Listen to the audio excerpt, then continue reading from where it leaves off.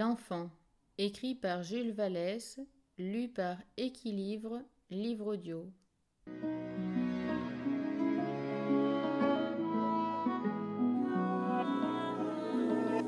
Chapitre 14. Voyage au pays. Suite. Chaudérolles. Je suis arrivé bien moulu et bien écorché, mais j'ai fait celui qui n'est pas fatigué. Les premiers moments ont été tristes. Le cimetière est près de l'église, et il n'y a pas d'enfant pour jouer avec moi. Il souffle un vent dur, qui rase la terre avec colère, parce qu'il ne trouve pas à se loger dans le feuillage des grands arbres.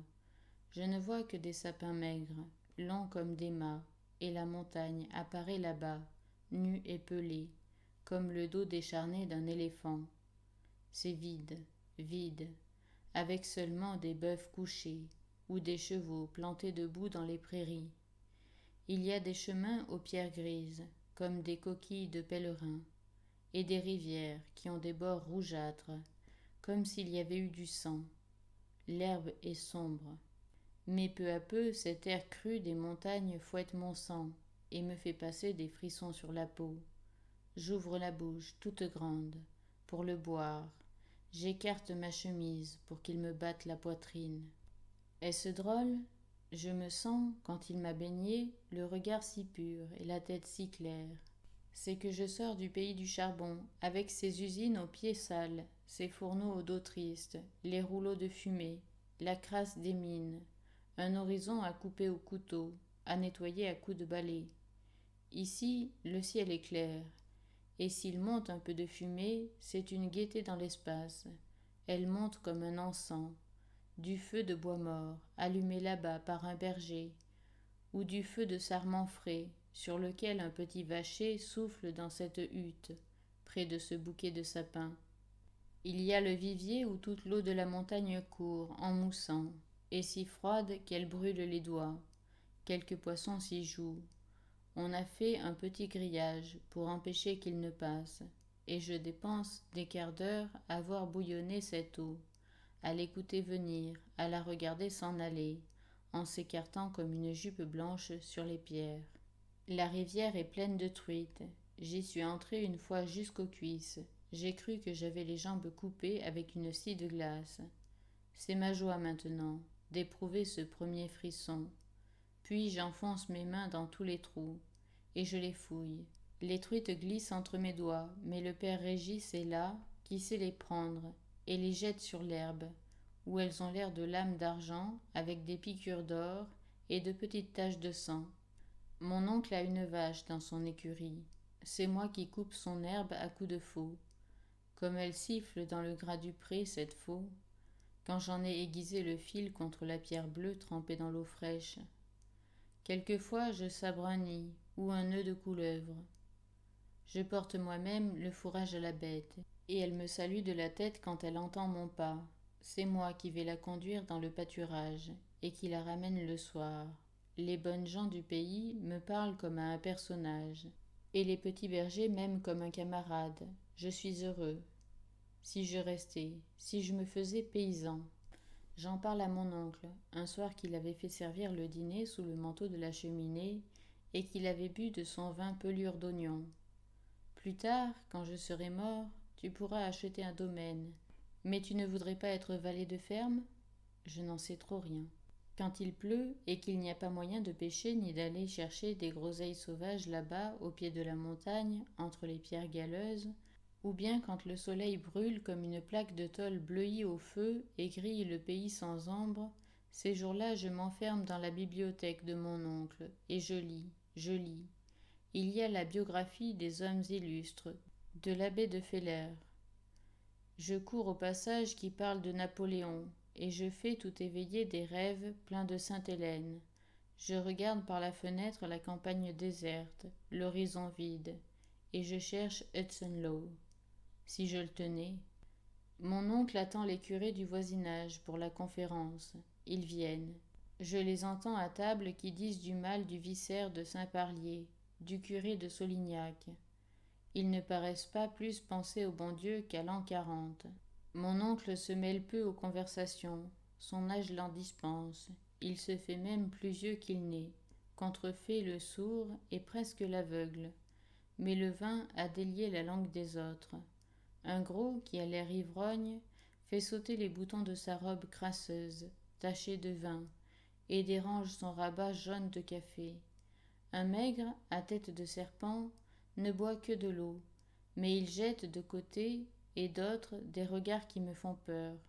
J'ai vu au théâtre de Saint-Étienne une fois le traître qui servait du poison dans les verres. Il a cet air-là. Les autres mangent, boivent comme des goinfres, et quand ils ont une prière à dire, ils ont encore la bouche pleine. On voit leurs culottes sous leurs robes sales. Le crasseux, le gros, se tourne de mon côté. C'est votre neveu, monsieur le curé? Il a bon appétit au moins, ce gaillard-là. Est-il Rabelais? Et il me passe la main sur le dos, ce qui me dégoûte et me gêne. Et Maclou, le protestant, qu'est-ce que vous en faites? Dit une voix. Il est maintenant au lac de Saint-Front. Avec le tas, c'est là qu'ils ont fait leur nid. Nid de vipères, siffle la tête de serpent. Il y a donc des protestants. J'ai lu ce qu'on en dit dans la bibliothèque de Chauderolles, et les protestants qu'on a brûlés, qu'on envoie en enfer, me semblent une race de damnés. Je vais un jour jusqu'au lac de Saint-Front, tout seul. C'est un grand voyage. Je pense tout le long du chemin à la Saint-Barthélemy, et je vois des croix rouges sur le ciel bleu.